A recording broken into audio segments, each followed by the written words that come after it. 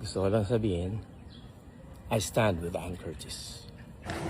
Hindi lang si Vice Ganda ang nanindigan para kay Ann Curtis at sa lahat ng kababaihan kaugnay sa naging controversial na pahayag ni Bong Suntay. Agad itong umani ng matinding reaksyon mula sa iba't ibang personalidad sa industriya ng showbiz na hindi nagustuhan ng umano'y pambabasto sa aktres. Kabilang sa mga nagpahayag ng matinding emosyon ay si Ami Perez na hindi na itago ang pagkagigil at galit sa nangyari. Ayon sa kanya, hindi dapat ginagawang biro o halimbawa ang isang babae na parang maaaring makababa sa dignidad dito.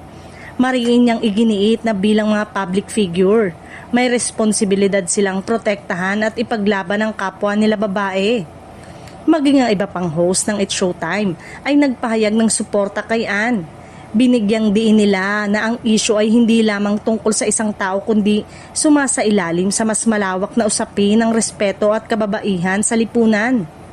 Sa social media, maraming celebrities at netizen ang nagpahayag ng pagkadismaya. Nananawagan sila ng accountability at mas maingat na pananalita, lalo na mula sa mga lider at inaasahang maging ehemplo ng tamang asal at paggalang.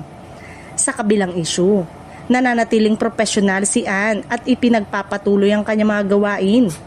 Mas lalo tuloy siyang hinangaan ng kanyang mga tagahanga at mga kasamahan sa industriya dahil sa kanyang mahinahon na pagtugon sa kontrobersya.